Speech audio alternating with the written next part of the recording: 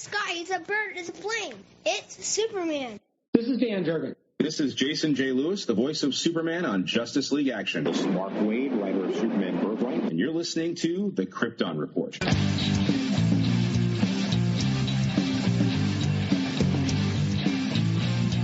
The Krypton Report podcast is dedicated to all things Superman, Supergirl, and the planet Krypton. We discuss movies, TV, game, comics, and all things DC. So join me, Tyler, with my co-host James and Jania. Welcome to the Krypton Report. And this episode is going to be another one of those awesome interviews I've been having with different podcasters and fellow geeks. Now, the following interview I had is a gentleman who I've had the pleasure of being on his podcast and discuss different things, but this is his first time being here with us. So without further ado, I'd like to welcome Chris. Welcome, Chris. Hey, how you doing? Actually, I think it's my second time. I mean, first time for this kind of session, but we did, I think, one of the Superman for All season. We did. You did. Yeah, this is the first time. Let me clarify. He joined me and James and Brian for one of our comic reviews, but this is the first time just him and I kind of talking. So I had to clarify. But I've been doing this series where I've been talking to fellow geek podcasters and just kind of talking about, their love of either Superman, or in your case, you and I have had a great time talking. We talked Superman Birthright and all seasons, but then we also talked American Vampire, which is a Scott Snyder creator-owned book that I love. So I thought, you know what? It'd be great to just talk about some different things with you. But to get started, why don't you go ahead and kind of introduce yourself and the different podcasts that you're on, because your podcast has a great story of where you started and then you joined a network. Yeah. So I got into podcasting. I think I'm in year 3 of doing my show, World's Finest True Believers. And basic concept is that a guest comes on and they select a comic book arc or graphic novel from any publisher. And, we do a deep dive into the writer, the artist, the background of how it's created. The guests get to talk about their favorite moments, their favorite parts. And then, at the end, we look at the impact, not only the work it had on the industry, but also the impact it had on guests. And so it kind of, I was inspired by a lot of the same people that, we travel in the same circles with, like Podcast, DC on Screen. It's modeled after, if you ever listen to Lisa's I Love That Movie, it basically modeled after her podcast, just in comic. So, go ahead. No, I just had the pleasure of recording with Lisa. Her and I have been trying to record for almost a year, it seemed like. And I just did, in October here, I did The Wolfman. Her and I talked about it. And one thing that I told her, and I'll reiterate with your podcast, is it's neat because in some ways it can take you out of your bubble. I read a lot of DC. I'm not against reading Marvel, but I just only have so much time. And for a while there, Marvel didn't have the stories I like, but some did. I'm not just saying that, but I read Mark Waid's Daredevil, and some Jeff Loeb in Marvel, and I read The Ultimate Spider-Man. But having someone say, hey, I want to talk about this, like you do, forces you to then, okay, well, I'm going to read this and I'm going to learn about it. So it's a great way of expanding your industry knowledge in a way. Oh, yeah. No, that's the biggest reason. I mean, besides just getting to share my geekdom and also getting the opportunity, and I've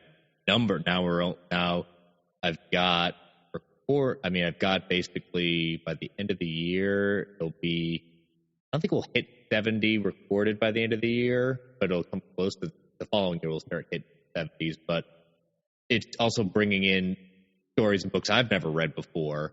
And even the ones that I have read, I've always enjoyed delving into the history of how these are created or these graphic novels were created, if that's the. So that's kind of like what I really enjoy about doing the show. And so with that, doing the show, leading to what you said, getting on a podcast network, I think it was definitely within the first year and a half of doing the show, Travis Snell, who's one of the guys over who goes, they do Geekverse podcast, and they had been around for as long as they've been and garnered a listener base, things like that, that their platform, Freaker, had given them a network fee. They hadn't done anything with it. So in traveling through different circles, being on different shows, getting to meet them and know them, last March is, 2020 March, he came to me with the idea that saying, hey, I really like your show. We're doing this idea for a network called Geek Ultimate Alliance, and I would love World's Finest to be a part of it. I'd also love you to host a show on the network. I totally understand if you don't want to bring World's Finest, but I at least want to have you on the network. And I really had no reason to keep World's Finest from, my whole thing was not only just, doing this as my side hobby at that point, but also getting a chance to grow the listener base and being part of a network with a established podcast like Geekverse behind me. It allowed me to really grow and bring it to a new audience. So bringing World's Finest over and then starting, and I'm one of the co-hosts of a show called Marvel Alliance, where it's a weekly show where we dive into all the news going into Marvel, whether it be movies, streaming, or comics. At the time, Travis Snell was my co-host, and he's had a changeover in getting promotion at work and a new baby, so he's had to step away. And my new co-host, Brent, is my new co-host. Been get ready for almost 6-7 months at this point, but he's the co-host of Fans Without Borders on Podcast Media, so he's a very seasoned podcaster. But in starting my own show through that network and also carrying on World's Finest, one of the biggest things I like about World's Finest is that I wish I could make it weekly, but I can't because I really spend a lot of time doing the research into writers, the artists, the background. Some books that are guest choose take really quick in my searches. Other ones take a lot of time. And there's only been, I think, one book that there was never anything specifically written about why it was created, and that was Superman Speeding Bullets, the Elseworld story by J.M. Mateus. Interesting. And so it was just, it's a small Elseworlds tale. It's a popular one, but it didn't garner necessarily outside of one or two lines mentioned. So what I did on that episode was we just delved into it was actually the second Elseworld tale, but the first one that we've ever covered was Kingdom Come. But with that one, we just looked into the idea of Elseworlds. But that led to me actually getting connected with J.M. Mateus, because when we re-released the episode, he actually listened to it. Nice. And had tweeted out saying, great episode. And so I messaged him, would love to have you, because I do these occasional things with World's Finest with my friend Clay on the network, who hosts Ranger Alliance, DC Alliance on the network, that do these creator spotlights. And took a shot in the dark. Hey, we do these creator spotlights. Like, come on. And he did. And it was amazing. It's like a dream come true, talking with one of my favorite writers of all time. But these creator spotlights, I've gotten a chance to talk with, Matt Groom, who's doing the Ultraman comic, and then getting to talk to two upcoming artist writers. And then our first one was with the showrunner for Lucifer. And so it's just a side project. We haven't had a new creator spotlight in a while. It's one that I reach out to different creators, and sometimes they respond back, sometimes they don't. I don't take offense, because again, some of them are pretty busy, but it's something I can always throw in there just as a change of pace and doing stuff. But doing World's Finest has allowed me to really even get people who I've looked up to in my podcasting journey and geek journey to have on my show, and just them taking the time. It's just a really cool feeling, and I've enjoyed it. Yeah, you bring up Speeding Bullets. That is one that we are going to tackle here January or February. I can't remember where it is on the schedule. Okay. Because I read it once before, a long time ago, but it's part of our the Batman ramp up. Mm-hmm. So we're going to do a couple things, just talking about Batman, getting ready for that film. Because, we can talk about other DC heroes too. Yeah.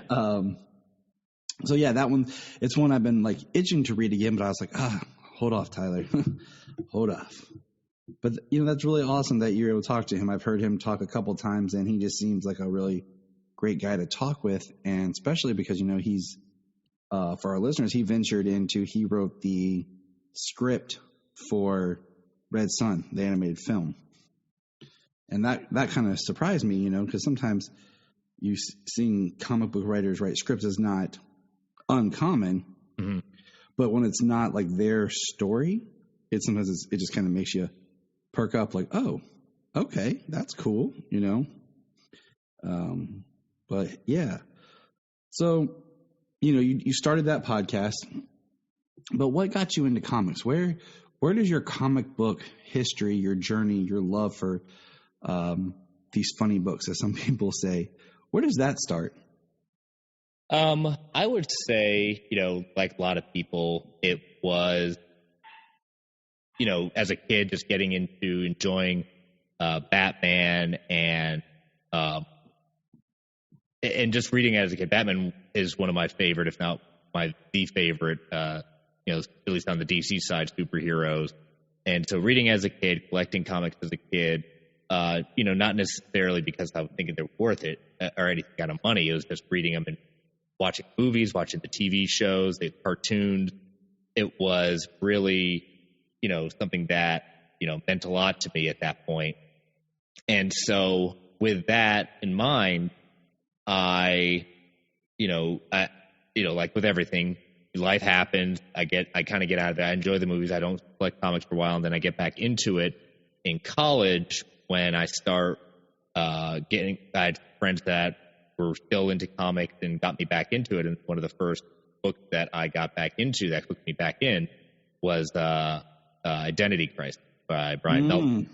And I know the controversy surrounding the book. I know it could be, somewhat divisive at that point, but it is one of my favorite books because it showed me a new journey into what, comics had evolved into. So, and that's kind of how I got into and got back into collecting and reading comics. That was one of those stories that when I read that particular book, it was one of those, I didn't know anything about it. I just was at Dalton Books inside the mall, and they had buy 3 graphic novels, get 1 free. And I found Kingdom Come, Identity Crisis. I'm trying to remember what the other 2 were, or maybe there was I did it like 2 different times, and one time was I got Alex Ross's Justice volumes 1, 2, and 3. Then I had to find something else. And that was when I just sat down and read and was like, wow, this is a strong story. And it's good. It's a really good story, and it deals with a deep theme. And we won't go into spoiler territory, but, it's interesting how many of us have that time period, like you stated, where you go away from comics. And I think sometimes, I know for me, a lot of it was access to them. There wasn't a comic shop around. And then when I went to college, there was a shop near the college. So that helped me get back into it. And then we had a great public library that actually got on Marvel and DC got their monthly issues. Mm-hmm. So that helped get back into reading more continual. And I think that's the hardest part is when I was a kid, we had a shop, but it was not really easy to get to. And sometimes, it was out of the way. Parents didn't always want to go. And then when you'd get there, you'd find a book or something. And I remember when the X-Men TV series was so popular, of course, you want to get X-Men comics. And that was when they were the Jim Lee books. But they weren't always the easiest to read as a kid. I'm getting these books with this, and I'm like, okay, this is cool, but I don't know what's going on because this story doesn't really match with the cartoon I'm watching.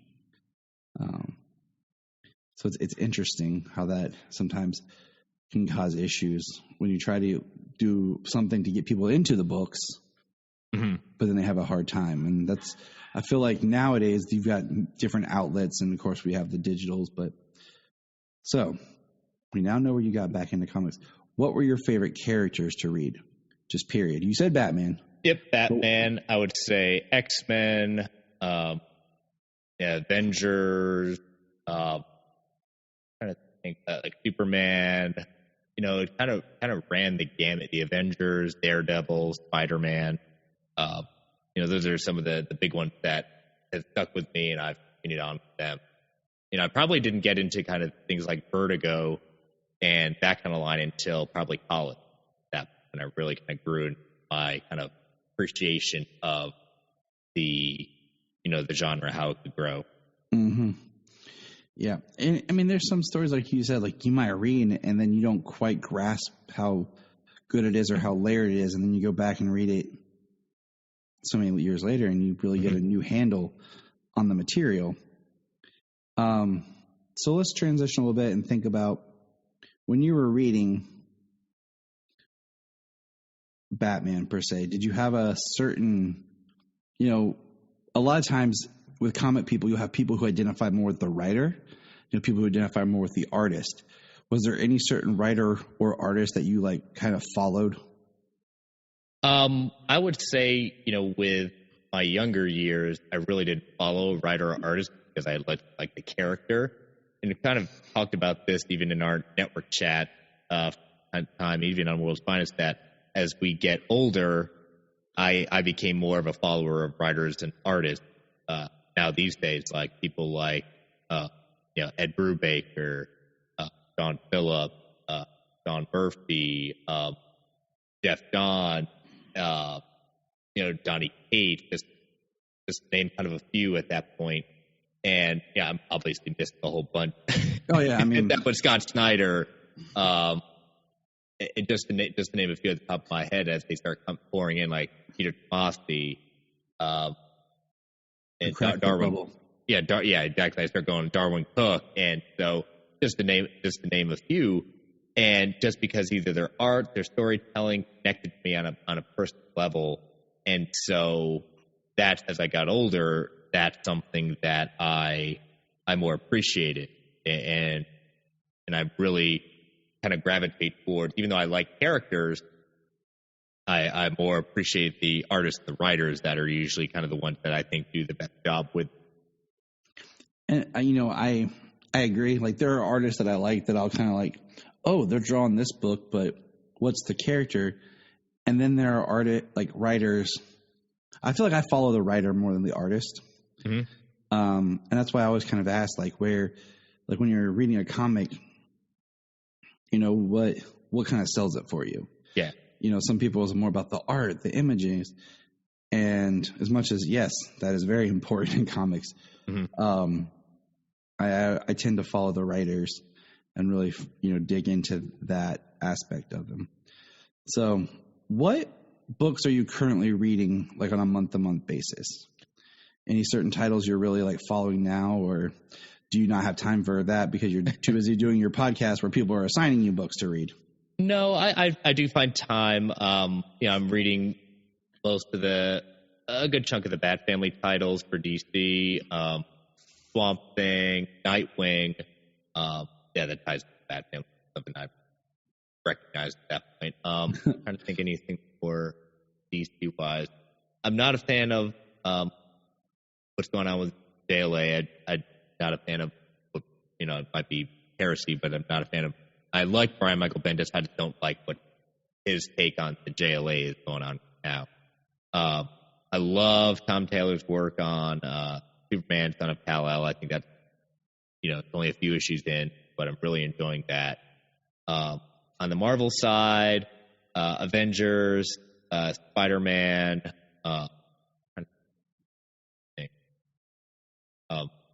X-Men, Daredevil, kind of like my standard go-tos. I've been a kid, and it's continuing going on there. Even Captain America.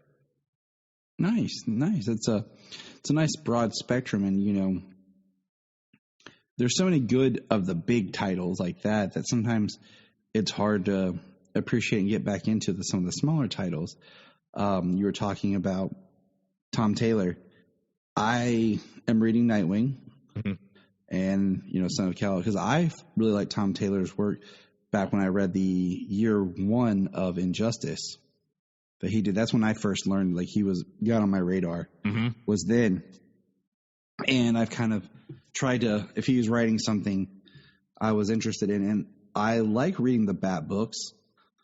Sometimes the Bat books feel like they can be a rabbit hole, the way that, because there's so many different characters and they orchestrate the stories over like multiple titles. So sometimes I have to reel myself back in. But since Tom Taylor took over Nightwing, that became a monthly book.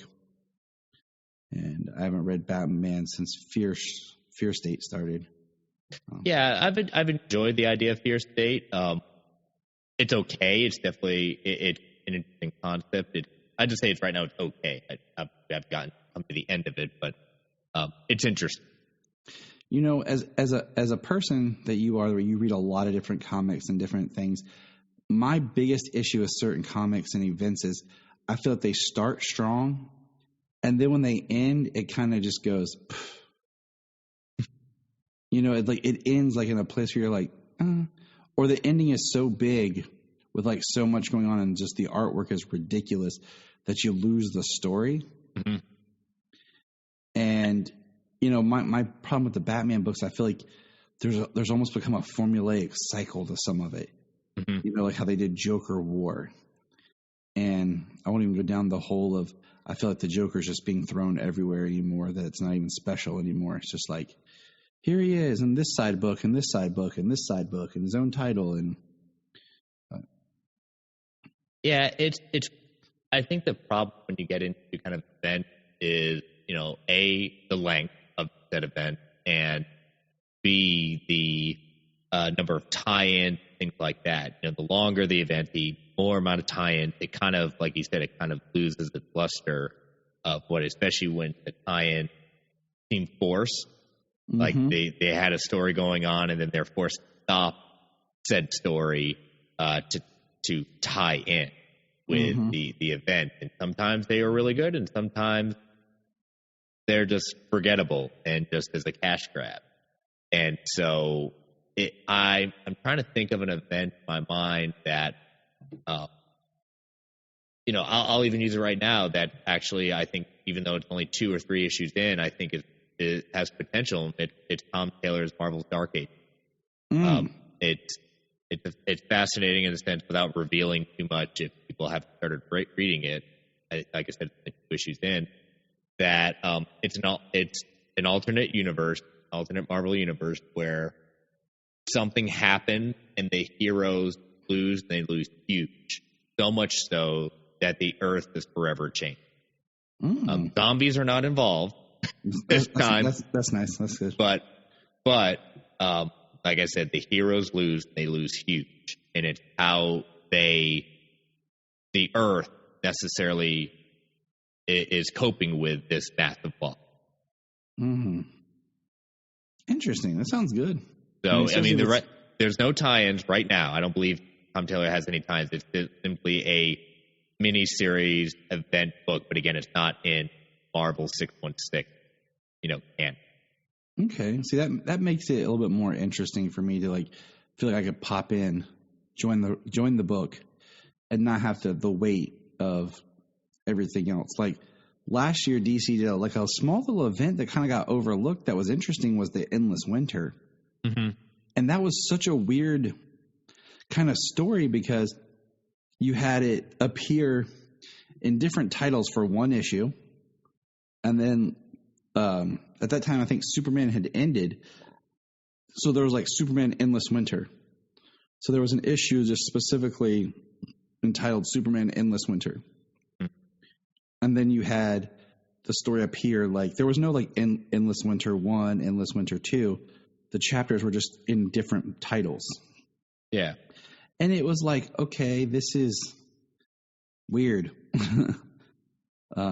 And it's just sometimes you wonder why they do these things. Or, there was a time I remember when DC Comics felt like they were doing these what would be events every month, and they would just throw them out there in every title. Like the Future's End was a big Batman Beyond story that was basically felt like DC's Days of Future Past, that just kind of got lost in the shuffle.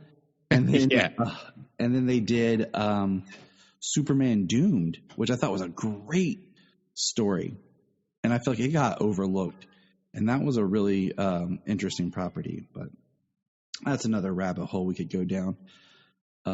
So when you have your guests on your show and you're deciding, what comics, is there any kind of comics that you are more excited to get into, or any comics that you're like, I don't really want to do that one, but you do it anyways? That I've done in World's Finest? Yes. I think, and I don't want to say it just because it's not. No, you're fine. There's only been one in the entirety, just because I hadn't read it, but I hadn't heard a lot of positive stuff about it. But, again, the guest chooses the book. It wasn't, I still give the same gusto of it at that point. And there was actually one, and I'll say it on this one just because we do joke about it even on his return. First time Dave from DVDs, and this was the one that I'm referring to. Like I said, there's only been one book that got into it, wasn't necessarily thrilled with it, and then at the end, just like, okay, it lowered expectations. But a different one was when Dave from DC on Screen, his first time on, and he's like, I want to do Superman for tomorrow. And he said, when I read it the first time, he said, it wasn't connecting with me. So it's been a number of years. I want to try to give it another shot and see if I have a better outlook on it. Well, when we got on getting ready to record, he's like, I've got something to tell you. And he's like, what? I said, I didn't like it anymore. He says, I understand if you want to not do this episode. I said, no, let's do it and see if we can not necessarily paint it with a good light, but try to see if there is some good parts and kind of talk about why it's a show of celebration, but why it didn't die. And so it's one of those rare episodes that I think it's one of my favorites, and it's one of the funniest ones we've done. But I mean, one of the biggest things, Jim Lee's art, that was one of the biggest saving graces of it. And I think the problem, and I think we said it even on that episode, I think the problem is I personally do like Brian Azzarello, but I think he's got a certain knack for a certain type of character. He's really good at writing Batman. He's really good at writing very dark and gritty, very cliche terms these days, but dark and gritty stories. Superman he might have had a story there, but it just didn't connect. It didn't land. It seemed very odd. Yes. And it just didn't land. And again, I like Brian Azzarello. It just, that one, I just don't think Superman's the character for him back. I agree. I totally agree. I don't think every writer can do every character justice. Like you were talking about Brian Azzarello, his work with Lee Brahamo when they did Batman Damned. That was a very interesting story. And it's much different. And he did, which one of the before Watchmen did he do? I'm trying to remember, because I read them all together, but I remember liking what he did. But yeah, you're right. That Superman story just has it. There's something about it. And I haven't read it in a while, but I remember when I did read it, I had those exact same thoughts like, if I just read this story, how would I feel compared to having this art to go with it? Now, being exposed to all the different comics you are exposed to and so, do you have a couple that you'd like to kind of plug that you recommend for our listeners to check out from any, publisher? Okay, so if I had to pick one book right now to plug that. Well, like something that surprised you, like maybe something that surprised me. Yeah, that like you don't talk about, hey, I read this. It was one I hadn't read or had little knowledge of, and I really think you should read this because it's nice to be exposed to more content that maybe doesn't get brought up. So what are some things that you would recommend people to check out? I would say I'm going to go down to. Ed Brubaker is one of my go-tos for if his name is on it, I'm buying it, sight unseen. But a he's very much outside of, he's very much on creator-owned content. One of the ones I think that you don't see a lot of airplay with him, but I think it's one of his best work is the story of the Fade Out.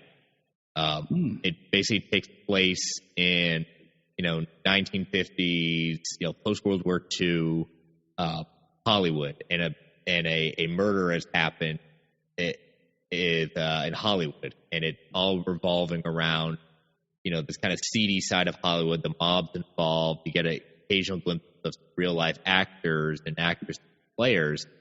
And if you're a big fan of the movie LA Confidential, this has a lot of LA Confidential vibe. So I believe 4 issues, if I'm not mistaken, and it's just a one-off kind of thing. It shows how good Brubaker does at doing noir, and that's bread and butter. So that is one that I would definitely recommend checking out. Hard, when you put on the spot, it's just like, oh my goodness, of course I don't come prepared. Oh no. I would also get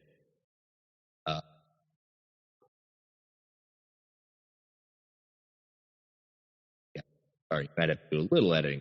Nah, you're fine. I mean, with the LA Confidential, that was like one of my favorite. So those movies I saw when I was younger, and I liked, and the older I've gotten, revisiting and just enjoying more. And then I actually read the script 2 years ago, I think it was. I had a copy of the script and I read it, and it was interesting. One thing I always loved about that movie, and this is going down a tangent here, but the fact that to make Russell Crowe look bigger, that they have a scene where they have guys walk down the stairs, but then Russell Crowe comes in. There's like a cut, edit, tweak that the doorway that he walks in is actually smaller than the doorway we saw the other guys walk down, so it gives the impression that he's a bigger dude than what he is. Just little tricks that they used in that movie. Yeah, it's one of my favorite movies, and I'm a big crime noir kind of person, so it's just right up my alley. For when I originally discovered it, I was like, oh my gosh, this is something special. Probably I'm looking at some stuff I've read in comicsology lately. If I would say it's really far outside and it's going to come off as like really a Disney story, The Complete Life and Times of Scrooge McDuck. Nice. You heard it. People say, "Oh, Don Rosa and his dedication to the Duck comics at that point is something to be definitely just applauded and admired." But The Complete Life and Times of Scrooge McDuck, it's 2 volumes. And you're like, why would I want to read this? It's one of those books that has a special place in my heart, just because it gave me a different perspective on this character and just seeing the journey this character made. This is taking the Disney character Scrooge McDuck and giving it a lot of heart and a lot of character development. And so that would be one. And I'll do one more that I just did a episode on World's Finest True Believers. I actually did one on Fade Out with Scott from DC Squadcast with the Fade Out. But this one is one that very much life-changing for me, was the book Day Tripper. And yeah, Day Tripper is now been put under the DC Black Label book. It's not superhero related. It's not anything. It's by Fabio Moon and Gabriel Ba, or Gabriel Ba. It very simply, you are going through different moments, different years, age of this one individual's life at different points. Like, you'll start off with maybe, age 27, and then it'll flash back at one point. One issue is just debated to one moment in a day when he's 27, and then it'll flash forward to a different part, and it goes to different parts, but every single issue is going to end the same way. I can't tell you what that is because it's part of the journey of it. And the message that book brings about what life at that point, there are so many times I've read this book like 4 or 5 times, and it draws me to tears at different points, and how beautiful the art is, but also how beautiful the written. I mean, these are brothers, and they have written and drawn this book like just, it is if they just did this one thing and never did anything else again, that would be the thing for them. It's one of those rare absolute edition that has nothing to do with superhero. I mean, that is how believable, that's how important this book is, that even DC put a non-superhero book in absolute form. I'm in. You know, that sounds good. And I caution anyone to read a true synopsis of it because it will give it away. And I caution you and the listeners to this, just try not, just listen to what I've told you and just go in with that, because if you read any more, both synopsises will give away the big shit, the big foam. I'm going in cold. I'm just going to read. And the guest on that episode, Mark, who's one of the co-hosts of Comic Book Legion, when I recommended that book to him, because he was like, I need some books to recommend. I'm worried about not finding my love of comics anymore, things like that. I said, read Day Tripper. It will literally change your life. And he said on the show, it literally saved him from leaving comics. And I mean, I think that right there, it kind of goes back to what I was saying, where you start to see the formula of the writing, where some of the big companies don't let characters evolve. Yeah. You do this story, and then as soon as the next team comes in, they retcon stuff and they throw stuff out, and you just get tired of it. But, you know, having these off series or these different kinds, I think it really is what helps keep that love alive. Mm-hmm. And you're talking about Scrooge McDuck. I mean, hey, I love the new DuckTales cartoon they did because it layered the history of Della and Scrooge and the Huey, Dewey, and Louie. Mm-hmm. And even when they did the Batman parody type thing when they brought in Darkwing Duck, was awesome. So, yeah, don't worry about Scrooge McDuck on this cast. We got your back. Yeah, like I said, give it a shot. It's not what you'd expect. So we're going to kind of wrap up here shortly, but before we do, this is a Superman-based podcast. We got some questions for you. Have you watched Superman and Lois? Yes, loved it. Awesome. That's what we wanted to hear. Okay, we're good.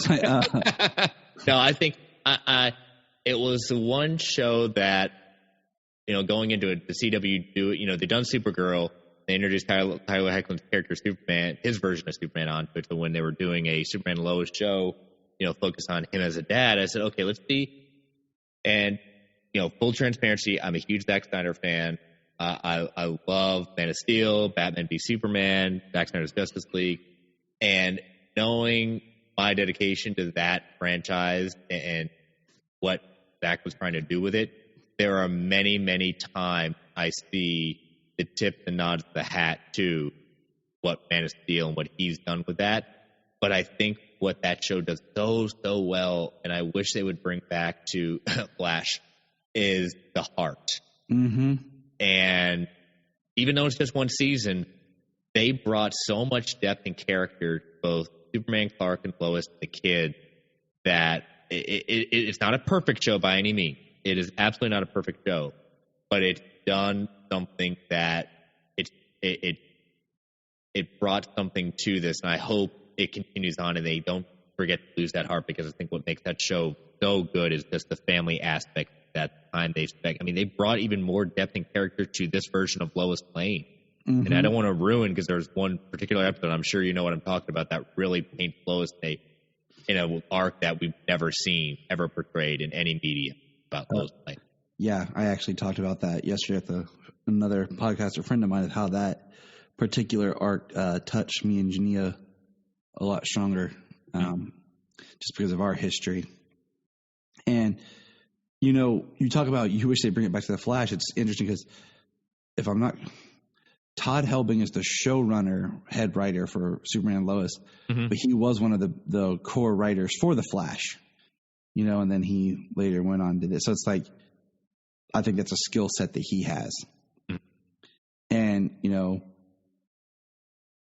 I feel like, okay, with Tyler Superman in this show, and I won't go down this whole rabbit hole, but I feel they look back, and I could see them in the writing room thinking, what do people like about Henry Cavill as Superman? What do people like about Christopher Reeve? What do people like about Smallville? And they just kind of mapped it out, and then they made, for lack of a better term, greatest hits Superman. Mm-hmm. So you really feel a nod and a connection to all those versions, and they blend it so well. And spoiler alert, that's kind of my theory on what's going to be like watching the Batman movie. Mm-hmm. They sat back and like, what did people like about Keaton? What did they like about what Nolan did? What did they like about Snyder's Batman? All right, we're going to blend all that together and make our Batman. So, I think it's a big win for everybody when the characters are done correctly, and it's not so much we're going to do this take on the character. It's like we're just going to do the character justice.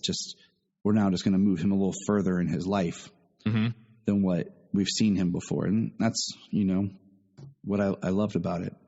Is there any other comic book based shows that you're into right now?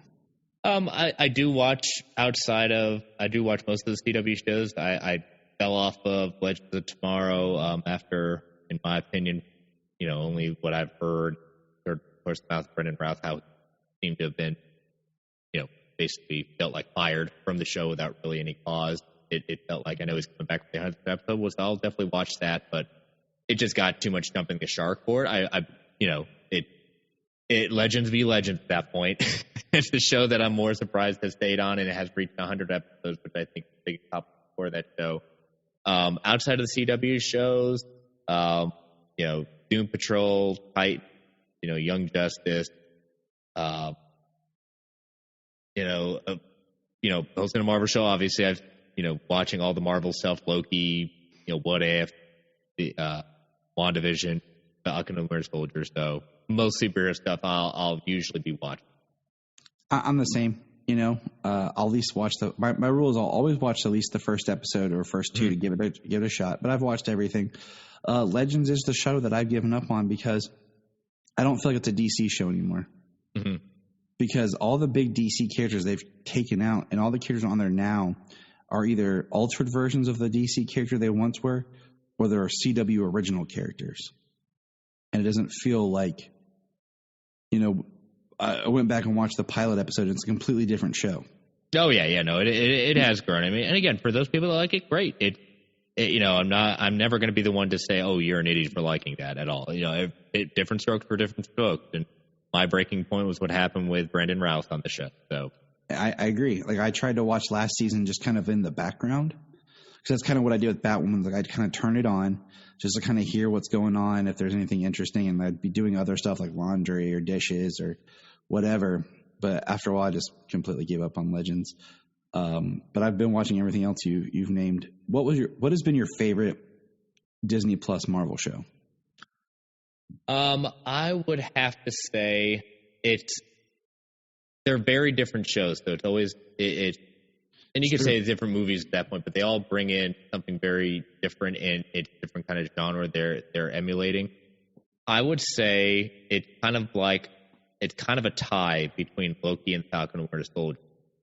And just because I put WandaVision below the two is not because I think WandaVision is a bad show by any stretch. I just think the more I've reflected on what I really liked about it, I think the bringing in of Isaiah Bradley and the real-life commentary issues that they dealt with in that show really kind of resonated with me, and stuff I never thought I'd see a Marvel property deal with. And Loki, just for what it's doing to Marvel and what it led to. And like I said, WandaVision is a great show. It's just something's got to be ranked below it. And the other two shows were really good. I did like how WandaVision really dealt with mental health, and didn't shy away from those issues. I agree with everything you say, but for me, just personally, I feel like WandaVision's my favorite Like, it's my number one. Yeah. Like you said, something has to be on the bottom. Yep. And I feel like Falcon and the Winter Soldier is on my bottom just because I feel like I wanted a little bit more out of that between Bucky and Sam. Oh yeah, no, and I think that is I've heard that argument, and I'm not persuaded of it. I think, like we said, just what you latches onto you more. At the time, Wanda still beat Falcon and Winter Soldier for me when it first came out, but the more I went back to it or watched it, Falcon creeped up. Now, did WandaVision do something different than we had seen before? Yes, very much so. Falcon and Winter Soldier is very much mostly your typical kind of action MCU, but the more personal moments is what I connected more with on Falcon and Winter Soldier, those quiet moments, those less action moments. Now, if I were to rank what was most innovative for the for all the Disney, WandaVision is the most is the most like Marvel really getting very different, and then it goes Loki, and then at the bottom would be Falcon, just because it's the most formulaic Marvel property. See, and that is what's great about it is there's nothing that's bad. It's just what do you latch onto? Yeah. So, that's it. I look forward. I enjoyed What If. I'm looking forward to its return. Oh yeah. I look forward to Hawkeye. I look forward to all of it. Yes, I'm more DC, but I have no hate towards Marvel. Like I'm in on their shows just as well. I joked about how, this coming Thursday, it's just crazy because I'll have 3 new episodes of a DC show just on HBO on the same day. And I'm like, what a time, like even just thinking about the week ahead, like I'll have a new Supergirl, a new Batwoman, a new Stargirl, a new Titans, a new Doom Patrol, a new Young Justice. And then if you throw in Legends, before the week is over. And, before we had like that we lived in a time period, folks, when there would be like one show. Mm-hmm. You had your one like comic book based show. And now I just named 7 in a week just from one one company. But Chris, I just want to thank you. We could keep going here. We have like an open conversation just about our love for comics. And, I wanted to get you on just to kind of talk a little bit, but let people know more about your show from your perspective and just kind of get to know you more. Is there anything you want to plug or where people can find you and communicate with you online? Yeah, you can find me on Twitter at Chris Balga. My 2 shows, World's Finest True Believers, you can follow it at Finest Believers, and Marvel Alliance, you can follow on Twitter at Marvel A Podcast. Both shows are on the Geek Ultimate Alliance Network feed, so you can look up Geek Ultimate Alliance Network, or just Geek Ultimate Alliance Network, whatever, Geek Ultimate Alliance on any of your podcatchers of choice. Marvel Alliance is on the main network feed. That's where you can find all 8 shows we have on the network. But if you're just interested in Marvel Alliance does also have a separate feed, so you can look at Marvel Alliance is a separate feed, but the only way you find World's Finest True Believers drop every other Monday on the Geek Ultimate Alliance feed. All right, and if you want to go back, I think it was in was it in early 2020 or 2019? 2020, because you were the first show. Your episode on Birthright was very first World's Finest on the network. So you could easily search, if you searchable podcatchers, you can literally look up that episode and your American Vampire episode. Yes, and that's what I was trying about. Time over the past years is kind of starting to blend. So I had to think. But yes, go back, check us out as we talk about Superman Birthright. It is something that we have not dived greatly into on the podcast because of a couple of small things. But also because you and I had that conversation, and I want people to go over and check our discussion out on that property. So check out that episode, everybody. Check out the podcast. Get into some comics that maybe you're not reading. And remember, Look